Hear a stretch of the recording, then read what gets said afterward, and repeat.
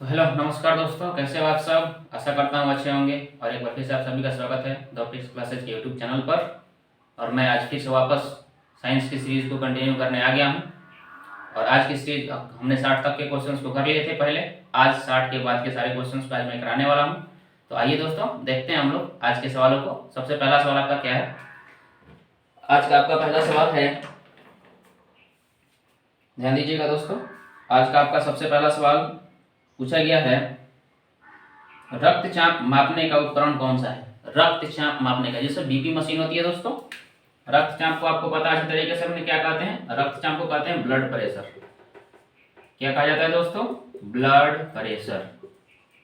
BP बोलते हैं किसको हम लोग। और मापने का जो यंत्र इसका होता है, मापने का जो यंत्र होता है दोस्तों, नाम होता है स्फिग्नोमैनोमीटर। स्फिग्नोमैनोमीटर। आइए दोस्तों, कुछ और सवाल। क्वेश्चन नंबर आपका 61 है। मापने का यंत्र कौन हो जाएगा दोस्तों, स्फिग्नोमैनोमीटर। बात क्लियर हो गया होगा अच्छी तरीके से। बीपी मशीन को क्या, बीपी मशीन का नाम क्या होता है, तो वो नाम होता है स्फिग्नोमैनोमीटर। आइए देखते हैं अगला पॉइंट, बीपी से संबंधित सवाल। बीपी का अधिक बढ़ जाना और बीपी का कम हो जाना, दोनों क्वेश्चन ध्यान रखिएगा दोस्तों। बीपी का बढ़ जाना कहलाता है हाइपरटेंशन, और बीपी का कम हो जाना कहलाता है हाइपोटेंशन। आपको दो बातें समझ में आ गई होंगी। हाई बीपी को हम लोग क्या नाम देते हैं, तो हाई जब बीपी होती है तो उसको बोलते हैं हाइपरटेंशन, और कम बीपी जब होती है तो उसको बोलते हैं हाइपोटेंशन। बात क्लियर हो गया होगा। आइए ऑप्शन को एलिमिनेट करते हैं हम लोग। अगला पहला ऑप्शन में आपका दिया है स्टेथोस्कोप। तो दोस्तों स्टेथोस्कोप जो है, जिसको हम लोग आला बोलते हैं, डॉक्टरी भाषा में हम लोग, देहाती भाषा में क्या बोलते हैं, आला बोलते हैं। जो कान में लगा के और धड़कन की जांच की जाती है उसको हम लोग स्टेथोस्कोप बोलते हैं। तो हृदय की धड़कन की जांच होती है इससे। हृदय की धड़कन की आवाज सुनी जाती है, नापी जाती है। इसको नाड़ी दर बोलते हैं जिसको हम लोग। दूसरा ऑप्शन है लैक्टोमीटर। क्या नाम है दोस्तों, लैक्टोमीटर। तो लैक्टोमीटर जब है, तो लैक्टोमीटर से दूध की शुद्धता मापी जाती है दोस्तों। दूध की शुद्धता मापने की इकाई कौन है, तो लैक्टोमीटर है। दूध की शुद्धता मापने की इकाई है लैक्टोमीटर। अगला ऑप्शन में क्या है दोस्तों, एमीटर। एमीटर से क्या मापी जाएगी दोस्तों, तो एमीटर से धारा मापी जाती है। एमीटर से धारा मापी जाती है। एमीटर से धारा मापी जाती है, और इसे श्रेणी क्रम में जोड़ा जाता है। बात क्लियर हो गया होगा अच्छी तरीके से। आपको ये चीजें आपको पूरा क्लियर हो गई होंगी। क्वेश्चन में सबसे पहला था स्टेथोस्कोप, जिसको हमने कहा कि हृदय की धड़कन की आवाज सुनता है। दूसरा है लैक्टोमीटर, जो दूध की शुद्धता को मापता है। तीसरा ऑप्शन में एमीटर, जो कि विद्युत धारा को मापता है, और ये श्रेणी क्रम में जोड़े जाते हैं। और चौथा ऑप्शन पे था स्फिग्नोमैनोमीटर, जिसको हम लोग बीपी नापते हैं, जिसको हम लोग बीपी मशीन बोलते हैं, ब्लड प्रेशर, जिसको हम लोग कहते हैं रक्तचाप। क्या नाम देते हैं दोस्तों, रक्तचाप कहते हैं इसको। रक्तचाप मापने की इकाई को हम लोग बोलते हैं स्फिग्नोमैनोमीटर। बातें आपको क्लियर हो गई होंगी। आइए चलते हैं अगले क्वेश्चन की तरफ। क्वेश्चन नंबर 62 नंबर सवाल में दोस्तों दिया गया आपको, 62 में दिया गया है कि परागकोश में क्या पाए जाते हैं। ये क्वेश्चन रिपीटेड है दोस्तों, आपको हम कल ही बताए थे। परागकोश में पिछले वीडियो में हमने समझाया हुआ है। परागकोश में परागकण पाए जाते हैं। आइए दोस्तों देख लेते हैं पुष्प से कुछ क्वेश्चंस, ताकि आपका पूरा क्वेश्चन क्लियर हो जाए। आइए देखते हैं हम लोग पुष्प के सारे भागों के बारे में, और उसके क्वेश्चंस कितने पूछे जाते हैं, कैसे कैसे आने वाले हैं। तो ध्यान दीजिएगा दोस्तों। देखते हैं हम लोग पुष्प से संबंधित सवाल कितने बनते हैं और क्या क्या आएंगे। ध्यान दीजिएगा। क्वेश्चन पूछता है, पौधे का जन्म भाग कौन सा होता है। तो ध्यान रखिएगा दोस्तों, पौधे का जन्म भाग पुष्प होता है। पुष्प में जन्म भाग दो होते हैं। एक होता है नर भाग, एक होता है मादा भाग। नर भाग में आता है पुंकेसर। क्वेश्चन पूछेगा पुष्प का नर भाग कौन सा है, तो पुंकेसर, पुंकेसर है, या फिर इसमें आता है पुमंग। पुंकेसर का ही भाग होता है पुमंग, ध्यान रखिएगा। मादा में आता है तो स्त्री केसर, और या फिर इसका होता है जयांग। क्या होगा दोस्तों, जयांग होगा। बात समझ में आ रही होगी अच्छी तरीके से आपको। अंडाशय जो है दोस्तों, अंडाशय ऑप्शन में दिया गया है। अंडाशय पाया जाता है मादा भाग में, मादा अंग में अंडाशय होता है मादा भाग, जो कि फल में बदलता है। अंडाशय किस में बदलता है, फल में बदलता है। जब पूर्ण रूप से अंडाशय पक जाता है तो फल में बदलता है, अंडाशय फल में बदलता है। आगे देखते हैं दलपुंज। इस तरीके से आपने हम पढ़ा दिया हुआ है, मैंने पराकण भी अपने पढ़ा दिया हुआ है मैंने। आगे देखते हैं नेक्स्ट क्वेश्चन। दलपुंज जो होता है दोस्तों, बाह्य दलपुंज और बाह्य दलपुंज होते हैं जो सहायक अंग के रूप में आते हैं, सहायक अंग होते हैं दोस्तों, सहायक अंग के रूप में काम करता है दलपुंज। दलपुंज पुष्प का सहायक अंग होता है, ध्यान रखिएगा। नेक्स्ट पॉइंट देखिएगा, अगला क्वेश्चन में आपका क्वेश्चन नंबर 63। 62 को मैंने हमने यहाँ पे कराया हुआ है। स्त्री भाग पुंकेसर, नर भाग पुंकेसर, स्त्री भाग स्त्री केसर, जयांग होता है और पुमंग भी होता है। वर्तिका, वर्तिकाग्र, ये सभी चीजें होती हैं जो पुष्प के भागों में पाई जाती हैं, तो आप लोग लिख लीजिएगा। वर्तिका होता है नर भाग, वर्तिका नर भाग होता है, और वर्तिकाग्र, वर्तिकाग्र जो होता है ये होता है मादा भाग। वर्तिकाग्र जो होता है दोस्तों ये मादा भाग होता है। आइए देखते हैं नेक्स्ट सवाल। लसिका का रंग कैसा होता है दोस्तों, ध्यान रखिएगा। Question number 63। तो दोस्तों लसिका का जो रंग होता है इधर लिख देते हैं। क्वेश्चन नंबर 63 ध्यान दीजिएगा। जो लसिका का रंग होता है, लसिका का जो रंग होता है वो होता है दोस्तों हल्का पीला। लसिका का जो रंग होता है दोस्तों हल्का पीला होता है। लसिका को ही लिम्फ कहा जाता है, लिम्फ लसिका को ही कहा जाता है, ध्यान रखिएगा। लिम्फ लसिका को कहा जाता है। एक पॉइंट और बनता है, इसका एक पॉइंट और क्या बनता है ध्यान रखिएगा। फाइब्रिनोजेन रहित, फाइब्रिनोजेन रहित प्लाज्मा को, फाइब्रिनोजेन रहित प्लाज्मा को लसिका या लिम्फ कहते हैं, लसिका या लिम्फ कहते हैं, लसिका या लिम्फ कहते हैं। फाइब्रिनोजेन रहित, जिसमें फाइब्रिनोजेन नहीं पाया जाता है उस प्लाज्मा को हम लोग बोलते हैं लसिका या लिम्फ कहते हैं दोस्तों। ये डब्ल्यूबीसी का पार्ट होता है, ध्यान रखिएगा। डब्ल्यूबीसी का भाग होता है। डब्ल्यूबीसी के बारे में हमने आपको समझाया हुआ है, अभी ले लेंगे आगे अगले ऑप्शन के अंदर। व्हाइट ब्लड सेल या कार्पल्स, व्हाइट ब्लड कार्पल्स, ये होते हैं श्वेत रक्त कणिकाएं। डब्ल्यूबीसी को क्या कहते हैं, श्वेत रक्त कणिकाएं, श्वेत रक्त कणिकाएं होती हैं। बात आपको अच्छी तरीके से सभी चीजें क्लियर हो गई होंगी। आइए देखते हैं अगले सवाल को। अगर आपको इसमें कहीं दिक्कत हो रही होगी या समझने में परेशानी होगी तो दोस्तों आप कमेंट में लिख सकते हैं कि सर इस क्वेश्चन का आंसर क्या होगा, तो हम उसको आपको जरूर बता देंगे। तो आइए दोस्तों देखते हैं अगला सवाल। अगला पॉइंट में पूछा हुआ है कि निम्नलिखित में से कौन जैव अनिम्नीकरणीय पदार्थ है। तो जैव अनिम्नीकरणीय पदार्थ, आइए दोस्तों देख लेते हैं जैव अनिम्नीकरणीय पदार्थ कौन होता है।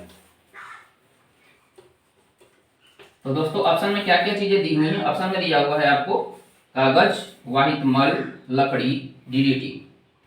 तो जैव अनिम्नीकरणीय का अर्थ होता है दोस्तों जो गलता उलता नहीं है। बात समझ में आ रही है इसी तरीके से। तो जो गलेगा नहीं उसमें कौन सा ऑप्शन दिख रहा है आपको। अगर कागज को देखा जाए तो वो गल जाता है, मल भी गल जाते हैं, लकड़ी भी गल जाती है, लेकिन डीडीटी एक ऐसा पदार्थ है जो गलता नहीं है। तो जो नहीं गलता है वह इसको हम लोग बोलते हैं जैव अनिम्नीकरणीय पदार्थ। तो आइए दोस्तों देख लेते हैं, आपका आंसर मिल गया होगा। तो इसमें डीडीटी जो है, डीडीटी जिसका फुल फॉर्म मैंने समझाया हुआ है। डीडीटी को बोलते हैं डाइक्लोरो, एक बार फिर से देख लीजिए, डाइक्लोरो डाइफिनॉल, डाइक्लोरो डाइफिनॉल ट्राइक्लोरोएथेन, डाइक्लोरो डाइफिनॉल ट्राइक्लोरोएथेन, इसको हम लोग बोलते हैं डीडीटी, जो कि जैव अनिम्नीकरणीय कचरा है, जैव अनिम्नीकरणीय, जैव अनिम्नीकरणीय पदार्थ है, जो जैव अनिम्नीकरणीय पदार्थ है। बिल्कुल आपको क्लियर हो गया होगा दोस्तों। कागज, क्वेश्चन नंबर ये था कौन सा, आपका ये क्वेश्चन नंबर 64 है। तो कागज, वाहित मल और लकड़ी जैव निम्नीकरणीय कचरे हैं, जैव निम्नीकरणीय पदार्थ हैं, जैव निम्नीकरणीय पदार्थ हैं, ध्यान रखिएगा। ऑप्शन में ये रहेगा। क्वेश्चन नंबर 65 देखेंगे। सेल का विद्युत वाहक बल क्या होता है? तो दोस्तों ध्यान रखिएगा, सेल द्वारा इकाई आवेश, सेल द्वारा इकाई आवेश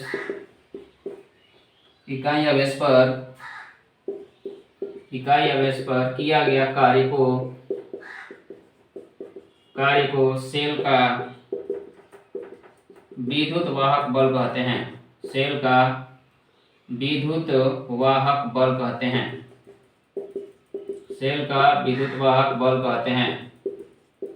आइए देखते हैं नेक्स्ट। सेल होता क्या है दोस्तों? सेल होता है, सेल की खोज किसने किया था? तो दोस्तों वोल्टा, अलेसांद्रो वोल्टा। ध्यान रखिएगा दोस्तों। सेल या बैटरी, बैटरी क्या होती है दोस्तों? सेलों का समूह होता है। अभी तो सेल के बारे में हमने यहाँ पे लिखाया हुआ है। अगर क्वेश्चन पूछता है सेलों का समूह क्या कहलाता है, तो सेलों का जो समूह होता है दोस्तों ये बैटरी होती है। सेलों का समूह बैटरी कहलाता है। सेलों का समूह क्या कहलाता है? बैटरी कहलाता है। नेक्स्ट पॉइंट देखेंगे।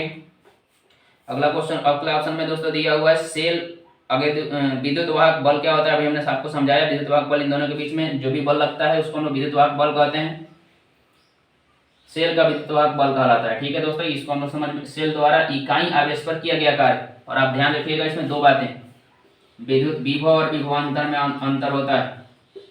ये विद्युत विभव का पार्ट हो गया, ये वाला सेल पॉइंट। विद्युत विभव किसे कहते हैं? तो एकांक धनावेश को, इकाई धनावेश को अनंत से किसी बिंदु तक लाने में किया गया कार्य विद्युत विभव कहलाता है। विद्युत विभव कहलाता है। और विद्युत विभव का ऐसा ही मात्रक जो है दोस्तों वो होता है वोल्ट, जिसको हम लोग जूल प्रति कूलम बोलते हैं। जूल प्रति कूलम को वोल्ट कहा जाता है। ध्यान रखिएगा, वोल्ट भी ऑप्शन में रहेगा। क्वेश्चन पूछ देगा, बताइए विद्युत विभव का ऐसे मात्रक क्या है?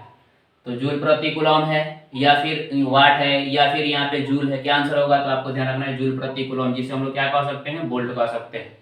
बात बिल्कुल क्लियर हो गई होगी। चलते हैं अगले क्वेश्चन की तरफ। अगला क्वेश्चन में कहा है कि दोस्तों परिस्थितिकी तंत्र में ऊर्जा का प्रवाह कैसे होता है? तो आप ध्यान रखिएगा, परिस्थितिकी तंत्र को मैंने समझाया हुआ है, आपको एक बार फिर से समझ लीजिए। परिस्थितिकी तंत्र क्या होते हैं? आहार जाल। क्या होते हैं दोस्तों? आहार जाल होते हैं, जिसमें आहार श्रृंखला होती है परिस्थितिकी तंत्र के लिए। तो परिस्थितिकी तंत्र जो होती हैं, जो जंगलों में आहार श्रृंखला जिसको हम लोग बोलते हैं, आहार जाल जिसे हम लोग कहेंगे। जैसे आप देखेंगे ध्यान से, पहले होते हैं घास पत्ते। घास पत्ते को कौन खाता है? मेढक या कीट? कीट खाता है ना। आपको बिल्कुल समझ में आ रहा होगा, कीट खा जाते हैं। कीट को कौन खाता है? मेढक। मेढक को कौन खाता है? सांप। सांप को कौन खा जाएगा? चील या बाज। चील या बाज। अब ध्यान से देखिए दोस्तों, ऊर्जा प्रवाह होते कैसे हैं? आप ध्यान दीजिएगा। घास पत्ते तो हो जाते हैं स्वपोषी, बात क्लियर हो गई होगी। घास पत्तों को किसी दूसरे की भोजन की जरूरत नहीं पड़ती है, ये खुद ही अपना भोजन बना लेते हैं। लेकिन ये घास पत्ते को खा के कौन ऊर्जा प्राप्त करता है दोस्तों? कीट प्राप्त करता है। कीट को ऊर्जा मिली कहाँ से? तो घास पत्ते से। बात आ गया समझ में। उसके बाद इस कीट को देखे तो ये कीट किसके ऊपर डिपेंड था? घास पत्ते पे। अब भाई देखेंगे कीट को जब मेढक खाता है तो मेढक को ऊर्जा मिल जाएगी। अब मेढक को जब सांप खाएगा तो सांप को ऊर्जा मिल जाएगी, और सांप को जब ये चीलबाज खाएंगे तो चीलबाज को ऊर्जा मिल जाएगी। अर्थात आप देख पा रहे होंगे अच्छी तरीके से कि ऊर्जा का स्तर कहाँ बढ़ रहा है? आगे की तरफ। एक डीसीए चल रहा है। अब चीलबाज को सांप कभी खा सकता है क्या? नहीं खाएगा। तो चीलबाज को जब सांप खाएगा नहीं तो ऊर्जा का फॉर्मेशन हुआ क्या इस तरफ में? द्विदिशीय हुआ क्या? नहीं हुआ। अर्थात हम लोग को कहेंगे कि इसमें ऊर्जा का प्रवाह कैसा हो रहा है दोस्तों? एक दिशीय हो रहा है। इसमें ऊर्जा का प्रवाह कैसा हो रहा है? एक दिशीय। कैसा है? एक दिशीय है। इसमें ऊर्जा का प्रवाह कैसा है? एक दिशीय है। बात क्लियर हो गया होगा अच्छी तरीके से, आपको समझ में आ रहा होगा कि इसमें ऊर्जा का प्रवाह कैसा है दोस्तों? एक दिशीय है। फिर से एक बार समझ लीजिए, ये परिस्थितिकी तंत्र है। इसमें पूछता है कि एक परिस्थितिकी तंत्र का उदाहरण आप बताइए कि निम्न में कौन परिस्थितिकी तंत्र का निर्माण करेंगे। तो ये भी ध्यान रखिएगा, घास पत्ते हो सकता है, कीट, मेढक, सांप, चीलबाज, या फिर आप इस तरीके से याद रख सकते हैं घास को खाता है बकरी, बकरी को खा जाता है शेर, बाघ। तो आप ध्यान रखिएगा, इससे 3-4 सवाल आते हैं। क्या होता है ध्यान से देखिए, क्या क्या आप भी समझा देते हैं आपको। इससे एक भी सवाल आएगा, छूटेगा नहीं आपका। ध्यान से एक बार अच्छी तरीके से क्लास को अच्छी तरीके से अटेंड कर लीजिए। घास होते हैं, आपको आप अभी बताए थे, स्वपोषी होते हैं। इसको दूसरे की भोजन की जरूरत नहीं होती है, स्वयं अपना भोजन बना लेते हैं। अब स्वपोषी को खाने वाला कौन होगा दोस्तों? तो शाकाहारी। ये कौन होते हैं? शाकाहारी, जिसको हम लोग बोलते हैं प्रथम उपभोक्ता। क्या बोलते हैं दोस्तों? प्रथम उपभोक्ता। जो स्वयं अपना भोजन बनाते हैं उसको हम लोग बोलते हैं उत्पादक। तो ये हो गया उत्पादक, ये हो गया प्रथम उपभोक्ता। और इसको खाने वाला कौन हो जाएगा? मांसाहारी, जो कि आते हैं कौन से उपभोक्ता के अंदर? द्वितीय उपभोक्ता के अंदर आते हैं। द्वितीय उपभोक्ता होते हैं। क्वेश्चन क्या पूछता है? ध्यान दीजिए कि क्वेश्चन पूछता है कि किसी पोषी स्तर के अंदर प्रथम उपभोक्ता कौन होता है? तो प्रथम उपभोक्ता कौन होता है? शाकाहारी जानवर।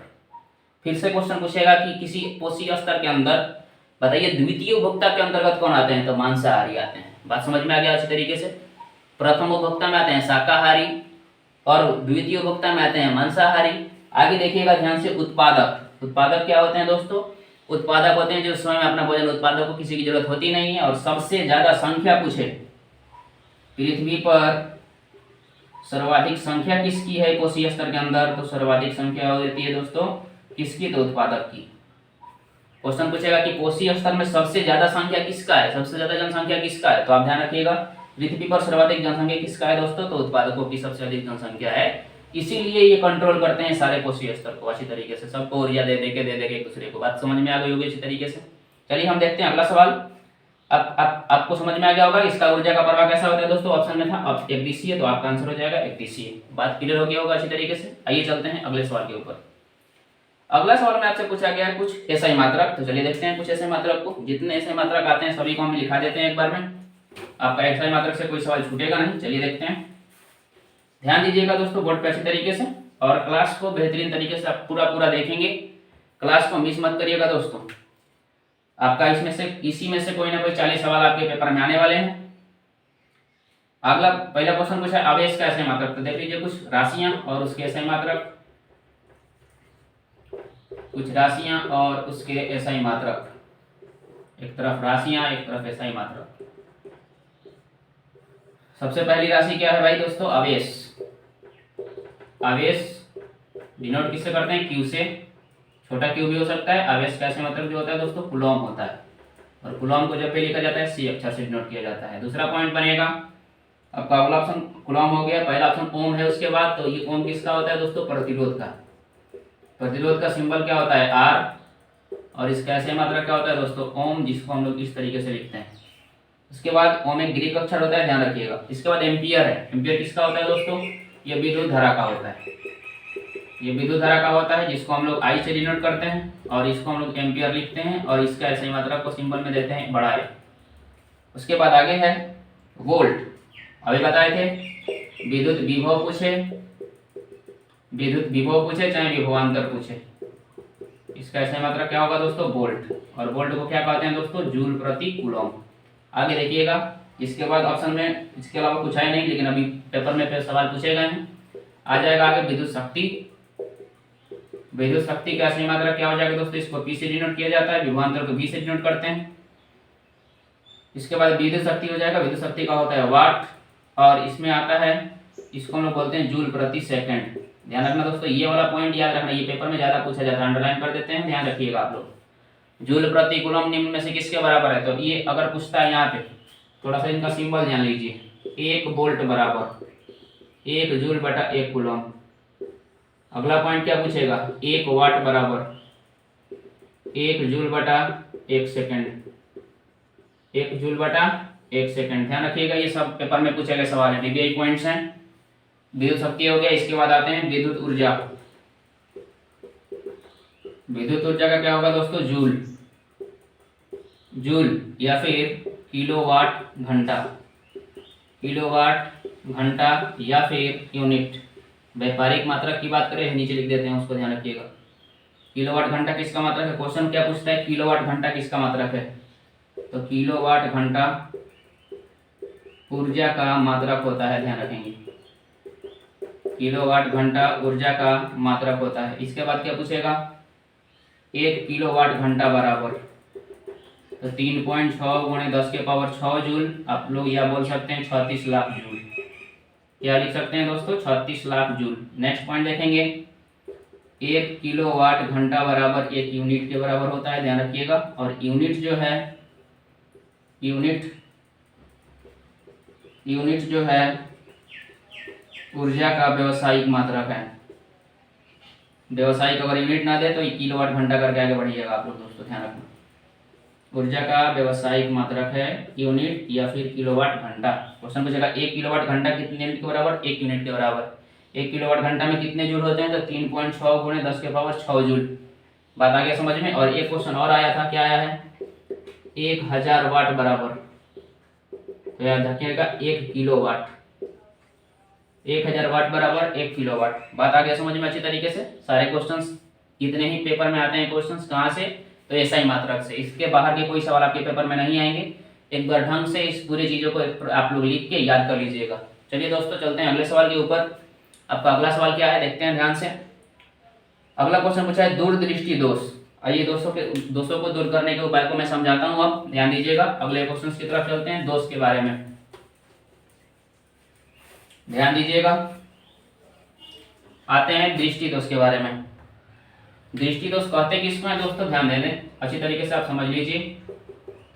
दृष्टि दोष, आप ध्यान दीजिए। दृष्टि दोष की परिभाषा में समझाता हूँ, एक बार ध्यान से देखिए।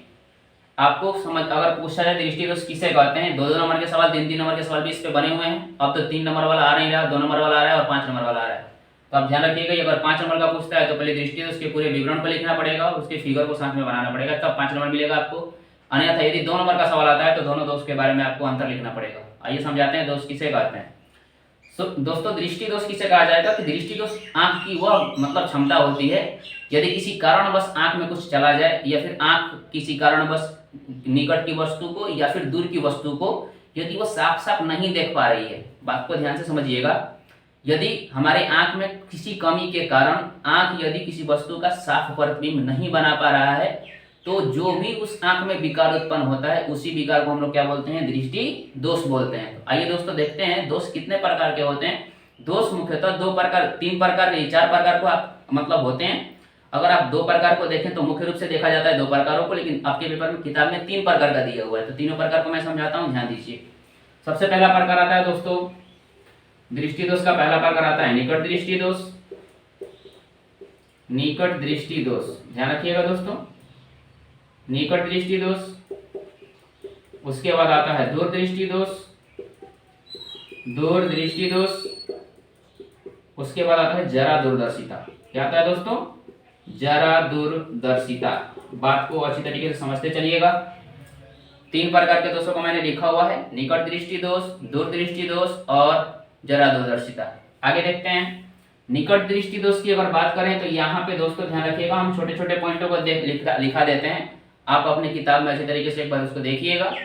मैं आपको ऑब्जेक्टिव क्वेश्चंस बेहतरीन तरीके से कंप्लीट कराने की कोशिश कर रहा हूँ। यहाँ से आपके लघुदरीय प्रश्न भी कंप्लीट होंगे, जरा ध्यान से एक बार देखते चलिए। निकट दृष्टि दोष में मैं उदाहरण लिख रहा हूँ, आपने कॉपी में बढ़ा के लिख सकते हैं। निकट दृष्टि दोष में आप लोग दोस्तों लिखिएगा कि निकट की वस्तु साफ साफ दिखाई देगी, जो दोष है वही दिखाई देगा। निकट की वस्तु साफ साफ दिखाई देगी, साफ साफ दिखाई देगी। दूर दृष्टि दोष में अगर निकट की निकट दिखाई दे रही तो दूर की दूर दिखाई देगी। तो दूर स्थित वस्तु साफ साफ दिखाई देगी, साफ साफ दिखाई देगी। और आपका ये तीसरा जो अंतर दिख रहा है जरा दूरदर्शिता, ना ही इसमें नजदीक का दिखाई देगा, ना ही नजदीक एवं ना ही दूर, एवं ना ही दूर स्थित वस्तु दिखाई देगी। दूर स्थित वस्तु दिखाई देगी। इसमें आपको कहीं की वस्तु नजर नहीं आएगी, साफ साफ मतलब नहीं दिखाई देगी। दूर स्थित वस्तु साफ साफ का मतलब है साफ साफ नहीं दिखाई देगी, साफ साफ नहीं दिखाई देगी, ध्यान रखिएगा यहाँ पे ये रहेगा। तो ना ही नजदीक की दिखाई देगी ना ही दूर की, जिसको हम मोतियाबिंद कह सकते हैं दोस्तों। क्या बोलते हैं हम लोग?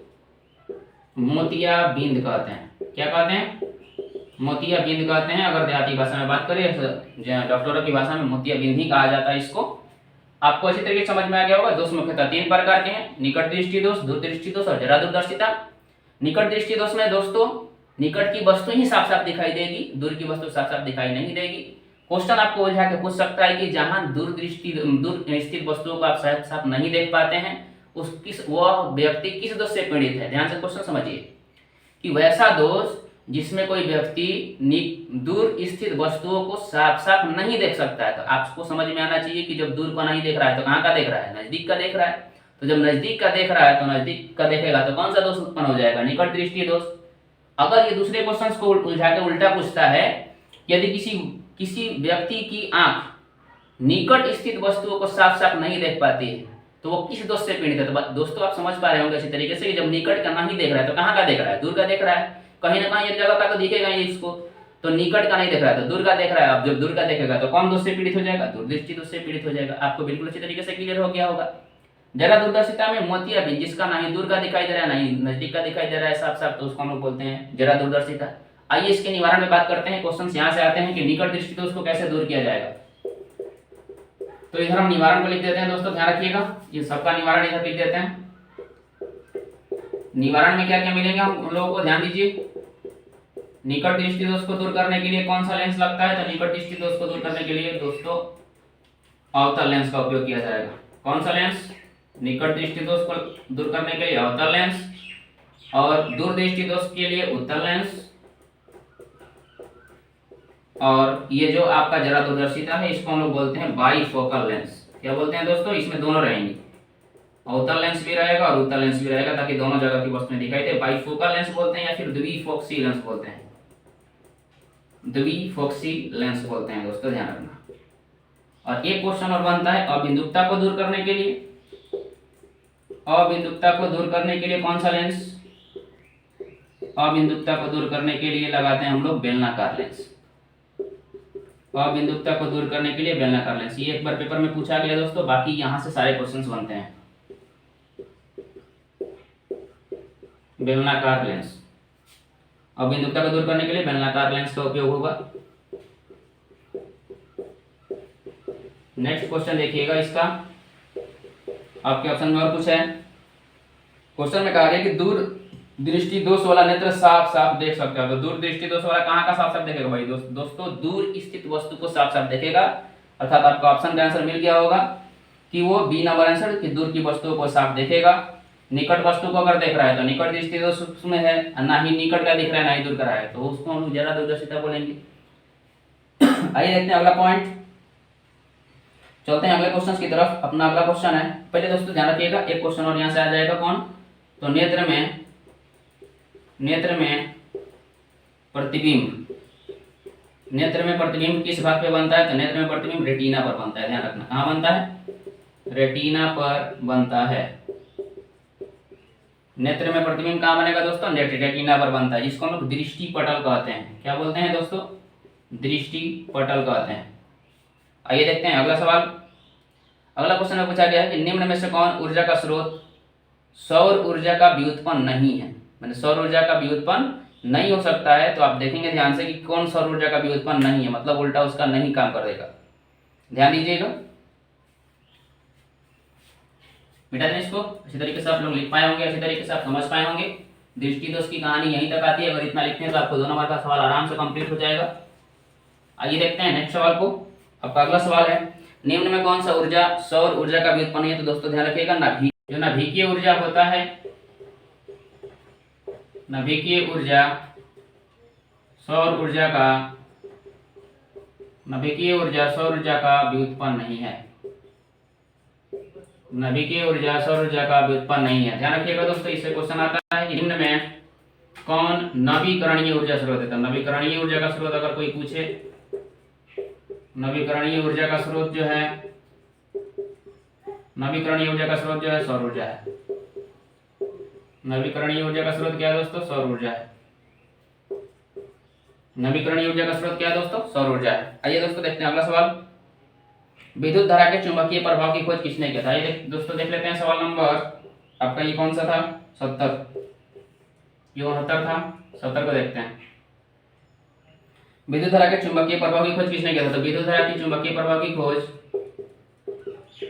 विद्युत धारा के चुंबकीय प्रभाव, विद्युत धारा के चुंबकीय प्रभाव की खोज, चुंबकीय प्रभाव है दोस्तों ओस्टेड ने किया हुआ था, ध्यान रखिए।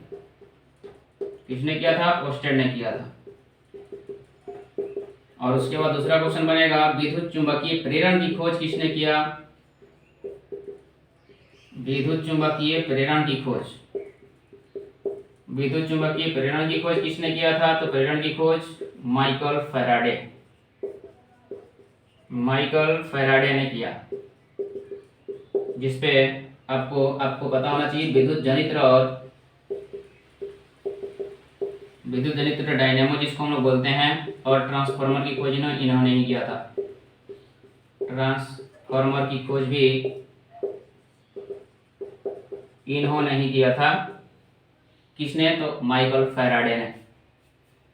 क्वेश्चन पूछता है कि विद्युत जनित्र किस सिद्धांत पे, डायनेमो किस सिद्धांत पे, ट्रांसफार्मर किस सिद्धांत पे काम करता है? तो विद्युत चुंबकीय प्रेरण के सिद्धांत पे काम करता है। आपको ये दो क्वेश्चन यहाँ से बनते हैं और आपको ये दोनों क्वेश्चन बिल्कुल क्लियर हो गए होंगे। इतना बताने के बाद इसके क्वेश्चन आपसे छूटेंगे नहीं। आप ध्यान रखिएगा, इसको पूरा अच्छी तरीके से पढ़ लीजिएगा। क्वेश्चन पूछता है डायनेमो किस सिद्धांत पे काम करता है? विद्युत चुंबकीय प्रेरण। ट्रांसफार्मर किस पे काम करता है? विद्युत चुंबकीय प्रेरण पे। बात समझ में आ रहा है अच्छी तरीके से? ओस्टेड ने किसकी खोज किया था? तो विद्युत धारा के चुंबकीय प्रभाव की खोज किया था। आइए दोस्तों देख लेते हैं अगला सवाल। आपका अगला सवाल है, चीन परिपाटी में धनात्मक फोकस दूरी किसकी होती है? तो दोस्तों आपको पता अच्छी तरीके से है। 71 नंबर सवाल के लिए हम लोग चल रहे हैं।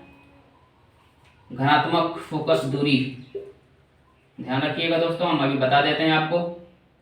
लेंस और दर्पण इधर लिख देते हैं और फोकस दूरी इधर लिख देते हैं।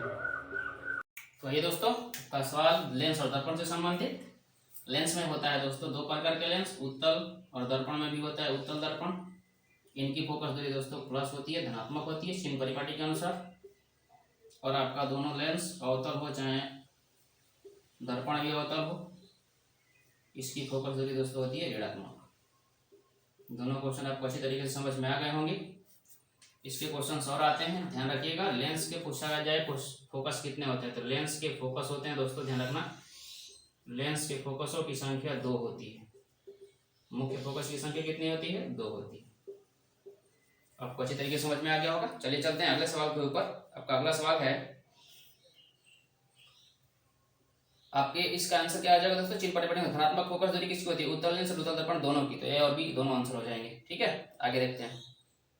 निम्नलिखित में से किस कारण से सामान्य नमक का जलीय घोल विद्युत का सुचालक होता है? तो दोस्तों ध्यान रखिएगा, क्यों इसका चालक जो विद्युत का चालन करता है नमक, आइए समझाते हैं आपको। अगला सवाल क्वेश्चन नंबर 72। 72 नंबर सवाल दोस्तों, सामान्य नमक, नमक का फॉर्मूला आपको पता है अच्छी तरीके से, NaCl बोलते हैं इसको, सोडियम क्लोराइड, सोडियम क्लोराइड। आपका इसका आंसर हो जाएगा जलीय घोल विद्युत का सुचालक होता है। क्यों होता है भाई? तो इसलिए होता है दोस्तों क्योंकि धनात्मक एवं धनावेश एवं ऋणावेश, धनावेश एवं ऋणावेश, धनावेश एवं ऋणावेश दोनों की विपरीत दिशा में, दोनों की विपरीत दिशा में, दोनों की विपरीत दिशा में गतियां होती हैं इसी के कारण। तो गतियों के कारण आपका आंसर बन जाएगा ऑप्शन नंबर सी। आइए दोस्तों चलते हैं अगला सवाल। आपके सारे क्वेश्चन साइड में दिख रहे होंगे। आइए दोस्तों अगले सवाल पे चलते हैं। 73 नंबर पे क्या है? आपका अगला क्वेश्चन पूछा गया कि किसी गोलीय दर्पण की फोकस दूरी प्लस 20 सेंटीमीटर है। अभी हमने यहाँ पे समझाया आपको कि प्लस में किसकी फोकस दूरी होती है? तो उत्तल दर्पण हो चाहे उत्तल लेंस हो, इन्हीं की तो फोकस दूरी प्लस में होती है। तो ये किस प्रकार का दर्पण होगा दोस्तों? तो आप लोग ध्यान रखिएगा, ये हो जाएगा आपका प्लस में। जब 20 सेंटीमीटर फोकस दूरी आए तो प्लस का 20 है, तो प्लस किसका होता है दोस्तों? तो उत्तल दर्पण का होता है। आपका आंसर क्या हो जाएगा दोस्तों? उत्तल दर्पण। नेक्स्ट क्वेश्चन देखिएगा, 74 नंबर सवाल में पूछेगा समतल दर्पण। समतल दर्पण में कहा गया है आपसे कि जो प्रतिबिंब बनता है वो कैसा होता है? तो दोस्तों समतल में जैसा है आप वैसा ही दिखाएगा। तो कैसा प्रतिबिंब बोलेंगे उसको दोस्तों? तो समतल दर्पण में दोस्तों बनता है आभासी प्रतिबिंब जो कि सीधा होता है। तो आप समतल दर्पण में हमेशा काल्पनिक प्रतिबिंब बनता है, ध्यान रखिएगा। क्या बनेगा दोस्तों? काल्पनिक प्रतिबिंब जो कि हमेशा सीधा बनता है, जिसको हम लोग आभासी बोलते हैं। काल्पनिक या आभासी दोनों सेम बात होती है। ये हमेशा सीधा दिखाई देगा और काल्पनिक प्रतिबिंब हमेशा सीधा बनते हैं। बात समझ में आ गया होगा अच्छी तरीके से। तो इसका आंसर क्या आ जाएगा दोस्तों? काल्पनिक प्रतिबिंब बनेंगे। अगला क्वेश्चन पूछा गया कि दर्पण सूत्र निम्न में से क्या है? दोस्तों दो प्रकार के सूत्र आते हैं। अगला क्वेश्चन नंबर 75। दर्पण सूत्र आपको ध्यान रखना है और एक लेंस सूत्र ध्यान रखना है। दर्पण सूत्र होते हैं 1/v प्लस 1/u बराबर 1/f और लेंस सूत्र होते हैं 1/v माइनस 1/u बराबर 1/f। इसके बाद इन्हीं दोनों का आवर्धन पूछता है। तो दर्पण में अगर आवर्धन की बात करेगा, यहाँ पे दर्पण वाले में आवर्धन यदि बात करेगा तो -v/u और यहाँ पे आवर्धन की बात करेगा तो हो जाएगा v/u। किसी लेंस के बारे में बात करेगा तो v/u आवर्धन का फॉर्मूला। आवर्धन वो दोस्तों बोलते हैं कि वस्तु की ऊंचाई और प्रतिबिंब की ऊंचाई के अनुपात को बोलते हैं आवर्धन। तो ये होता है फॉर्मूला -v/u, ये होता है v/u। ठीक है, आगे चलते हैं अगले सवाल के ऊपर। किसी समतल दर्पण का आवर्धन कितना होता है? तो समतल दर्पण में दोस्तों प्रतिबिंब बराबर मतलब सीधा बनता है। तो सीधा बनने का मतलब है प्लस में जाएगा आवर्धन। आवर्धन दो प्रकार के होते हैं, आवर्धन एक प्लस में आता है, एक माइनस में आता है। तो ध्यान रखिएगा दोस्तों। इधर हम लिख देते हैं आपका अगला सवाल है क्वेश्चन 76 नंबर। आवर्धन यदि प्लस में रहे तो वस्तु सीधा बनाएगा प्रतिबिंब, और यदि माइनस रहे तो प्रतिबिंब कैसा रहेगा? उल्टा रहेगा। आवर्धन अगर दिया रहे आपको और प्रतिबिंब को पूछा जाए कि आवर्धन यदि प्लस में है तो प्रतिबिंब सीधा बनेगा, माइनस में रहे तो प्रतिबिंब उल्टा बनेगा। इसमें कहा गया है कि दोस्तों समतल दर्पण का आवर्धन कितना होता है? तो ध्यान रखना, समतल दर्पण का आवर्धन हमेशा +1 होता है। समतल दर्पण का आवर्धन कितना होता है? हमेशा समतल दर्पण का आवर्धन हमेशा +1 होता है। नेक्स्ट क्वेश्चन देखिए, किस दर्पण के द्वारा किसी वस्तु का आभासी प्रतिबिंब मिल सकता है? आभासी प्रतिबिंब का मतलब सीधा प्रतिबिंब। तो सीधा समतल भी बन जाएगा, उत्तल में भी बन जाएगा और अवतल में भी बन जाएगा, तीनों में मिलता है दोस्तों आभासी प्रतिबिंब। 77 नंबर सवाल, आभासी प्रतिबिंब कहाँ कहाँ मिलेगा? तो सभी दर्पणों में मिलता है। उत्तल में भी मिल जाएगा, अवतल में भी मिल जाएगा और समतल में तो अभी हमने आपको समझाया ही, समतल में भी मिल जाएगा। तीनों दर्पण में मिलेगा, उत्तल, अवतल और समतल तीनों में मिलता है। आकाश का नीला रंग क्यों होता है दोस्तों? तो ध्यान रखिएगा 78 नंबर सवाल का आंसर, आकाश का जो नीला रंग है, आकाश का नीला रंग, आप ध्यान रखिएगा कोई भी रंग परिवर्तन आए, किसी का भी रंग परिवर्तन आए तो रंग परिवर्तन की बात करता है प्रकीर्णन। बात ध्यान से समझ में आ गया होगा आपको। रंग परिवर्तन कहीं भी है, सूर्य का रंग लाल, सूर्य का उगते समय डूबते समय सूर्य का रंग लाल क्यों होता है, श्वेत प्रकाश दिन में क्यों दिखाई देता है, मतलब किसी भी घटना की जो आपको बात करें जहां रंग का बात आ जाए, आकाश का रंग नीला क्यों आप प्रतीत होता है, चाहे कुछ भी रंग परिवर्तन की बात है तो सब में होता है प्रकाश का प्रकीर्णन। तो आकाश का रंग नीला हो, चाहे सूर्य का रंग उगते समय डूबते समय लाल हो जाए, वो सब प्रकीर्णन की बात है। तो आकाश का नीला रंग क्या होता है दोस्तों? प्रकाश के प्रकीर्णन के कारण, प्रकाश के प्रकीर्णन के कारण, प्रकाश के प्रकीर्णन के कारण। बात क्लियर हो गया होगा आपको। आइए चलते हैं अगले सवाल को। 79 नंबर सवाल को दोस्तों देखते हैं। विरल से सघन माध्यम में जाती हुई किरण मूर्ति, आपको बहुत बेहतरीन तरीके से पिछले वीडियो में मैंने समझाया हुआ है कि जब भी विरल का मतलब होता है खुला आकाश को जब आप पिंजड़े में लेके आएंगे, खुले आकाश से पंछी को पकड़े और पिंजड़े में डाले तो क्या होगा दोस्तों? वो सुस्त हो जाएगा, मतलब क्या हुआ? अविलंब की ओर मुड़ेगा। आपका आंसर क्या हो जाएगा दोस्तों? अविलंब की ओर मुड़ जाएगा। तो 79 का आंसर हो जाएगा अविलंब की ओर मुड़ेगा। ये अपवर्तन की घटनाएं होती हैं, तो ध्यान रखिएगा। इसको हमने समझा दिया हुआ है अच्छी तरीके से, फिगर के साथ में मैंने बताया हुआ था पिछले वीडियो के अंदर। आपको एक बार उसको जरूर आप देखेंगे, अच्छी तरीके से आपको समझ में आ जाएगा। किस लेंस की फोकस दूरी धनात्मक होती है? तो अभी हमने समझा दिया था, उत्तल लेंस की फोकस दूरी क्या होती है दोस्तों? धनात्मक होती है। किसकी दूरी धनात्मक होगी? तो उत्तल लेंस की या उत्तल दर्पण की फोकस दूरी क्या होती है? धनात्मक होती है। आशा करता हूं दोस्तों इतना आपको इस पूरे वीडियो को कंप्लीट करने के बाद, इस चीज को कंप्लीट करने के बाद आपको हमको नहीं लगता है कि आपका ये साइंस का क्वेश्चन 40 में 40 नंबर नहीं आएंगे। फिलहाल आज की क्लास हम लोग यहीं तक रखते हैं। एक बार इस वीडियो को जरूर अपना सपोर्ट करें, और अगर वीडियो का कंटेंट बहुत आपको बेहतरीन लग रहा हो या फिर आपको कुछ भी थोड़ा सा भी आपको इससे फायदा हो तो मेरे चैनल को सब्सक्राइब, शेयर और एक लाइक जरूर आप करें। आज के लिए क्लास इतना ही रहेगी, तब तक के लिए जय हिंद।